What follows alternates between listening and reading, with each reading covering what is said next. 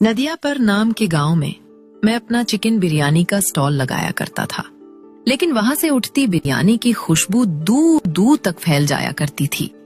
गांव के लोग, खेतों से लौटते मजदूर, स्कूल से आते बच्चे और यहाँ तक कि पास से गुजरने वाले मुसाफिर भी उस खुशबू से खिंचे चले आते थे। अरे मोहन, तेरी बिरयानी तो कमाल की होती है। मैं देख रहा हूँ कि तेरे पास जो भी ग्राहक आता है खाली हाथ नहीं जाता। लेकिन उसी चौक पर एक और आदमी ने भी बिरयानी का ठेला लगाया है। उसकी बिरयानी का स्वाद तेरी तरह का नहीं है, उतनी महक भी नहीं आती। भाई, ये सब तो मेहनत और ईमानदारी की बात है।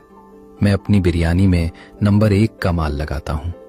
न मसालों में मिलावट, न गोश्त में, सब कुछ बिल्कुल साफ सुथरा पकाता हूँ। यही वजह है कि मेरी बिरयानी खाने वाले दोबारा जरूर आते हैं। हाँ मोहन भाई, यही बात तो सबको भाती है। सबसे बड़ी बात यह है कि तुम बासी गोश्त या बची हुई बिरयानी कभी दोबारा नहीं बेचते। सही कहा। मेरे यहाँ जो गोश्त बच जाता है या बिरयानी बच जाती है, वो मैं कभी किसी ग्राहक को नहीं देता। शाम को वही सब मैं गरीबों और मजदूरों में बांट देता हूँ। उनका भी पेट भर जाए, दुआ भी मिल जाए और अल्लाह का भी शुक्र अदा हो जाता है। मोहन रात को अपना स्टॉल बंद करके थके हारे घर पहुँचे। अजी सुनिए, आज कितने पैसे कमाए? अच्छी कमाई हुई ना? कमाई तो हुई, लेकिन उतनी नहीं जितनी तू सोच रही है। आज कुल 4000 ही बने। क्या? सिर्फ 4000? अरे, मैं तुमसे कितनी बार कह चुकी हूँ कि बिरयानी ज्यादा बनाया करो। अगर 1 देग बनाते हो तो 3 देग बना लिया करो। सब बिक जाएगा तो कमाई भी दुगनी तिगनी हो जाएगी। राधिका, मैं जानता हूं कि कमाई जरूरी है, लेकिन मेरा मानना है कि ग्राहक को हमेशा ताजा और अच्छा खाना मिलना चाहिए। अगर मैं ज्यादा देग बनाऊं और वो बच जाए तो कल उसी को बेचने की नौबत आ जाएगी। फिर बिरयानी का स्वाद अच्छा नहीं रहेगा और ग्राहक दोबारा नहीं आएंगे। लेकिन जब सब दुकानदार यही करते हैं तो तुम क्यों इतने सीधे साधे बने रहते हो? दूसरों को देखो, बासी भी बेचते हैं और पैसे कमा रहे हैं, और तुम हो कि ईमानदारी का झंडा उठाए बैठे हो। देख लेना, अगर ऐसे ही चला तो हमारे घर का खर्चा कैसे चलेगा? बच्चों की पढ़ाई, घर के खर्चे, सब मुश्किल हो जाएगा। राधिका, पैसा सब कुछ नहीं है। अगर मेरे खाने से किसी को नुकसान हो गया या लोगों का भरोसा टूट गया तो मेरा नाम बदनाम हो जाएगा। मैं चाहता हूं कि लोग मेरे नाम से भरोसे की बिरयानी याद करें। देखो जी, अगर तुम इसी तरह ईमानदारी पर अड़े रहे और घर का खर्चा नहीं चला पाए तो मैं सच कह रही हूँ, एक दिन ये घर छोड़कर चली जाऊंगी। सुबह सुबह मोहन अपने रोज के हिसाब से टहलने निकला। हल्की ठंडी हवा चल रही थी, लेकिन उसके चेहरे पर चिंता की लकीरें साफ झलक रही थीं। इसी दौरान उसका पुराना दोस्त राजेश सामने से आता दिखा। अरे मोहन भाई, ये क्या बात है? सुबह सुबह टहलने निकला है और चेहरे पर इतनी चिंता। लगता है कोई बड़ी टेंशन है। हाँ राजेश, सच कहूं तो मेरी समझ में कुछ नहीं आ रहा कि करूं तो क्या करूं। क्यों भाई, क्या हो गया? साफ साफ बताना, शायद मैं मदद कर सकूं। यार, राधिका बार बार यही कहती है कि मैं काम अच्छे से नहीं करता। उसका कहना है कि मुझे और ज्यादा बिरयानी बनानी चाहिए ताकि ज्यादा पैसे कमाए जा सकें। तो इसमें बुराई ही क्या है? भाभी सही कह रही है। तू ज्यादा बिरयानी क्यों नहीं बनाता? देख राजेश, मेरी सोच अलग है। अगर मैं ज्यादा बिरयानी बना लूं और वो बच जाए तो मजबूरी में अगले दिन वही बेचना पड़ेगा। और अगर ग्राहक को लगा कि मोहन की बिरयानी अब पहले जैसी नहीं रही तो उनका भरोसा टूट जाएगा। ग्राहक कटेंगे और मेरा नाम खराब हो जाएगा। यही वजह है कि मैं उतनी ही बिरयानी बनाता हूं जितनी बिक जाती है। अरे भाई, अब वो जमाना चला गया। आजकल लोग बस भरपेट खाना और सस्ती कीमत चाहते हैं। अगर तू थोड़ा बहुत बचा हुआ भी मिला देगा तो किसी को पता नहीं चलेगा। सोच, अगर तू 3 गुना बिरयानी बनाएगा तो 3 गुना पैसे आएंगे। भाभी भी खुश रहेगी और ऊपर से तू अपना पक्का घर भी बना पाएगा। हमेशा किराए के घर में थोड़े ना रहना है। बात तो तेरी सही लग रही है।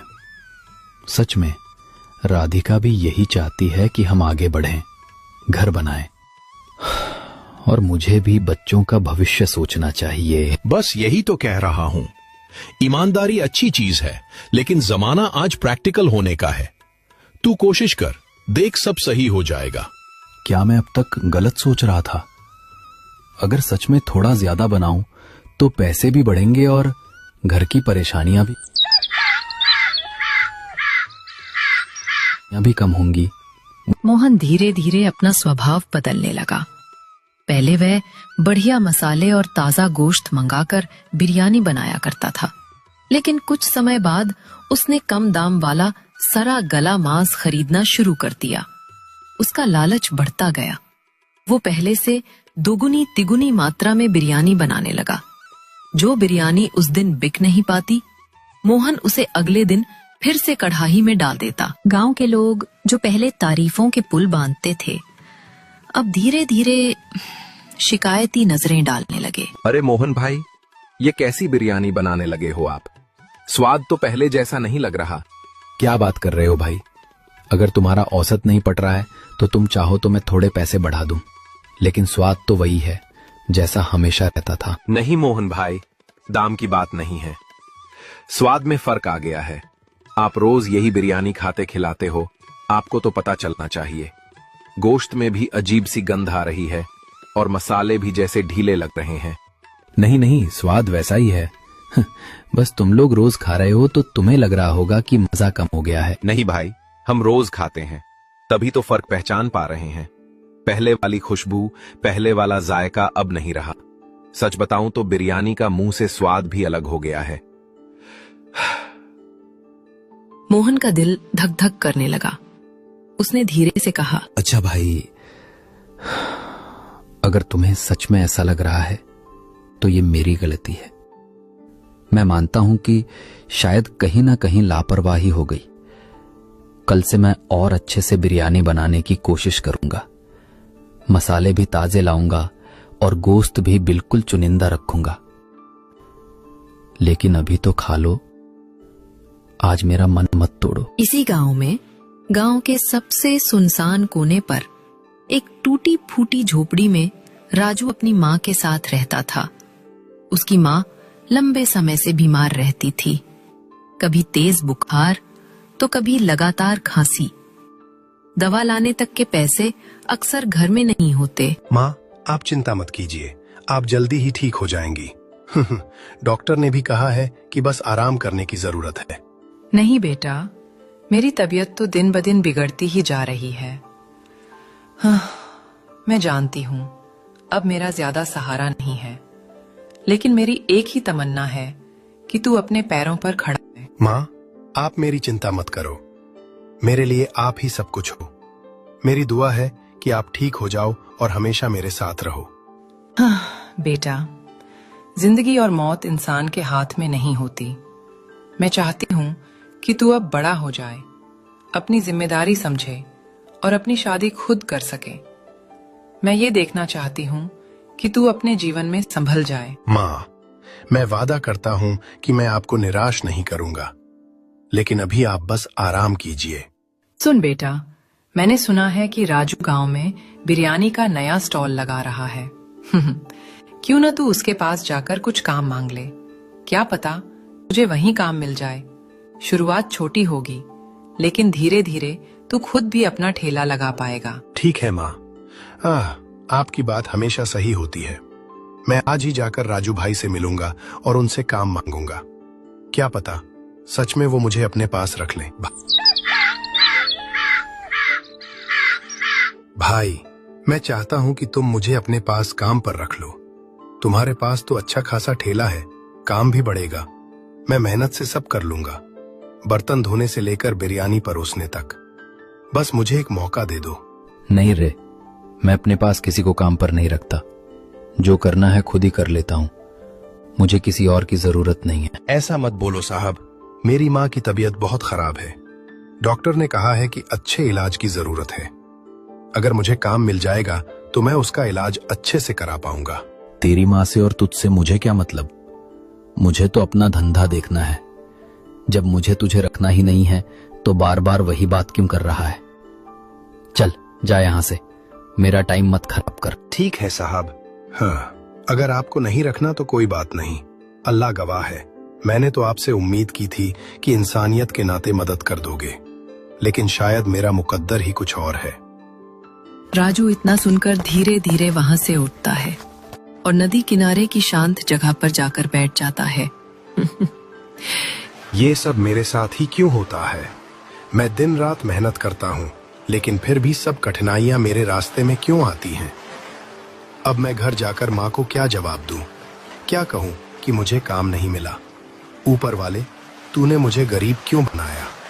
राजू की आंखों में आंसू आ गए। तभी उसे लगता है कि कोई पास आ रहा है। वो उठकर देखता है, सलीम भाई नदी किनारे से आ रहे थे। अरे भाई राजू, तुम यहाँ अकेले क्यों बैठे हो? क्या हुआ? भाई मुझे क्या बताऊं, मेरी माँ की तबीयत बहुत खराब है। मैं बिरयानी वाले के पास काम मांगने गया था, लेकिन उसने साफ मना कर दिया। अब मैं नहीं जानता कि घर जाकर माँ से क्या कहूँ। मुझे डर है कि माँ को और चिंता हो जाएगी। सलीम भाई राजू की बातें सुनकर गंभीर हो गए। उन्होंने उसकी आंखों में दर्द देखा और गहरी सांस लेकर बोले, अरे कोई बात नहीं भाई, चिंता मत करो, पैसे की बात नहीं है। देखो, तुम मेहनत करना जानते हो और मैं जानता हूँ कि तुम्हारे हाथ में हिम्मत है। तुम बस अपनी बिरयानी का ठेला लगाओ। अरे भाई, मुझे तो बिरयानी बनाना भी नहीं आती और पैसे भी मेरे पास नहीं है। अगर मेरे पास पैसे होते तो मैं माँ का इलाज कर पाता। सलीम भाई ने उसकी बात सुनकर आंसू भरी आंखों से उसे देखा और दिल में सोचते हुए बोले, अरे भाई देखो, पैसे की बात मत करो, मेरे पास सब होगा। मैं तुम्हें बिरयानी बनाकर दूंगा और कल से ही तुम्हारा स्टॉल लगाना शुरू कर दो। मैं तुम्हें सिखा दूंगा और देखो सब ठीक हो जाएगा। बहुत बहुत शुक्रिया साहब। ये सुनकर तो मेरी माँ की जान में जान आ जाएगी। अब मैं सच में उम्मीद रख सकता हूँ कि माँ का इलाज होगा और उसका इलाज अच्छे डॉक्टर से कराऊंगा। ठीक है भाई, कल से आ जाना। मैं तुम्हारा ठेला तैयार कर दूंगा और बिरयानी भी मैं तुम्हें बना कर दूंगा। राजू जैसे ही उम्मीदों से भरा हुआ घर पहुंचा, अंदर का नजारा देखकर उसके पैरों तले जमीन खिसक गई। उसकी माँ बिस्तर पर शांत पड़ी थी। उनकी सांसें हमेशा के लिए थम चुकी थीं। माँ, माँ, ये क्या हो गया? तुम भी मुझे छोड़कर चली गई। तुमने कहा था कि मैं अपने पैरों पर खड़ा हो जाऊं, लेकिन देखो माँ, मैं तो अभी तुम्हें खुश करने का मौका भी पा सका। राजू ने भारी दिल से अपनी माँ का अंतिम संस्कार किया। लकड़ियों की आग के साथ उसकी जिंदगी का सबसे बड़ा सहारा भी चला गया। माँ, तुम्हारे सिवा मेरा कोई नहीं था। आज ही सलीम भाई ने मुझे सहारा दिया। मुझे बिरयानी का ठेला लगाने का मौका मिला, पर अब तुम मेरे पास नहीं हो। माँ, तुम क्यों मुझे अकेला छोड़कर चली गई? अगले दिन राजू सलीम भाई के पास पहुंचा। सलीम भाई ने उसे ताजा गोश्त और मसाले लाकर बिरयानी बनाकर दी थी। कुछ देर बाद पहला ग्राहक आया। अरे वाह, यहाँ तो बड़ी अच्छी खुशबू आ रही है। जरा एक प्लेट बिरयानी देना भाई। ग्राहक ने पहला कौर मुंह में डाला और उसकी आंखें चमक उठी। वाह राजू भाई, तुम तो कमाल की बिरयानी बना रहे हो। स्वाद तो गजब है। भाई, आज मेरा पहला दिन है और पहली बार ही बिरयानी बेच रहा हूँ। अरे, मैं तो अब तक मोहन की बिरयानी खाता था, लेकिन आज पहली बार तेरी बिरयानी खा रहा हूँ। चुक, सच कहूँ तो मोहन की बिरयानी तेरे आगे कुछ भी नहीं है। राजू के चेहरे पर गर्व और विनम्रता दोनों झलकने लगे। भाई, मैं एक ही चीज पर यकीन रखता हूँ, अच्छा सामान लगाना और बिना मिलावट के बेचना। यही मेरी माँ की सीख भी थी। राजू भाई, यही तो तेरी बिरयानी को खास बना रहा है। स्वाद भी लाजवाब और भरोसा भी बरकरार। देखना, कुछ ही दिनों में तेरे ठेले पर इतनी भीड़ होगी कि संभालना मुश्किल हो जाएगा। धीरे धीरे भीड़ बढ़ने लगी। राजू की आंखों में चमक और दिल में तसल्ली आ गई। मोहन अपने सूने पड़े ठेले के पास बैठा था। चारों ओर सन्नाटा था, जबकि सामने राजू के ठेले पर ग्राहकों की लंबी कतार लगी हुई थी। अरे ये मैंने क्या कर डाला। अगर मैं लालच में ना आता तो आज भी सब मेरे ही ठेले पर बिरयानी खाने आते। पहले तो आराम से दिन के 2-3 हजार बन जाते थे, अब तो 500 भी बचाना मुश्किल हो गया है। इतना कहते कहते उसकी आंखों में पछतावे के आंसू आ गए। तभी राधिका आई और गुस्से से बोली, क्या मोहन, आज भी ठेला खाली पड़ा रहा? कितनी बार कहा था तुझसे कि ज्यादा बिरयानी बना, ज्यादा बेच, ज्यादा पैसे कमा, लेकिन तू तो हमेशा अपने ही जिद्दी रास्ते पर चलता रहा। राधिका, तुम्हारे लालच की वजह से ही मैं आज पूरी तरह बर्बाद हो गया हूँ। पहले सब कुछ ठीक चल रहा था, रोजाना 2-3 हजार की कमाई हो जाती थी, ग्राहक खुश रहते थे, मेरी बिरयानी की तारीफ करते थे। लेकिन तुम्हारे कहने पर मैंने लालच में आकर मिलावट की और अब देख, सारे ग्राहक मुझे छोड़कर राजू के पास चले गए हैं। मैंने क्या किया? मैं तो सिर्फ यही चाहती थी कि तू ज्यादा से ज्यादा बिरयानी बनाए ताकि घर में पैसे आएं, हमारी जिंदगी सुधरे। क्या ये चाहत गलत थी? हाँ, चाहत गलत नहीं थी, लेकिन तरीका गलत था। अगर तुम बार बार दबाव न डालती तो मैं अपनी पुरानी ईमानदारी से काम करता। धीरे धीरे ही सही, मगर सब चल रहा था। अब तो हालत ये है कि ठेले पर ताला लगाने की नौबत आ गई है। सोचो, जब ठेला ही बंद हो जाएगा तो हम खाएंगे। राजू ने मेहनत से बिरयानी बेचकर जो कमाई की थी वो सलीम भाई को लौटाने के लिए थैले में भरकर ले गया। सलीम भाई, ये रहे सारे पैसे। आपकी बदौलत ही आज मैं ठेला लगा पाया। ये सब आपका हक है। आप चाहें तो अब ये दुकान भी वापस ले सकते हैं। राजू, तू क्या कह रहा है? पैसे? दुकान वापस? अरे भाई, मैंने तुझे मदद इसलिए की थी कि तू अपने पैरों पर खड़ा हो सके, ना कि इसलिए कि तू मुझ पर बोझ समझे। नहीं सलीम भाई, ये सब बिरयानी की दुकान आपके पैसों से शुरू हुई थी। अगर आप ना होते तो मैं तो आज भी मजदूरी ढूंढ रहा होता। मेरी माँ का सपना था कि मैं खुद का काम करूं। अब वो सपना पूरा हुआ है, तो आपका हक बनता है कि जो खर्चा आपने किया वो आपको लौटाऊं। राजू, मैं जानता हूँ तेरी माँ अब इस दुनिया में नहीं है, लेकिन उनकी आखिरी ख्वाहिश यही थी कि तू खुद का ठेला लगाए, मेहनत से काम करे और किसी का मजदूर ना बने।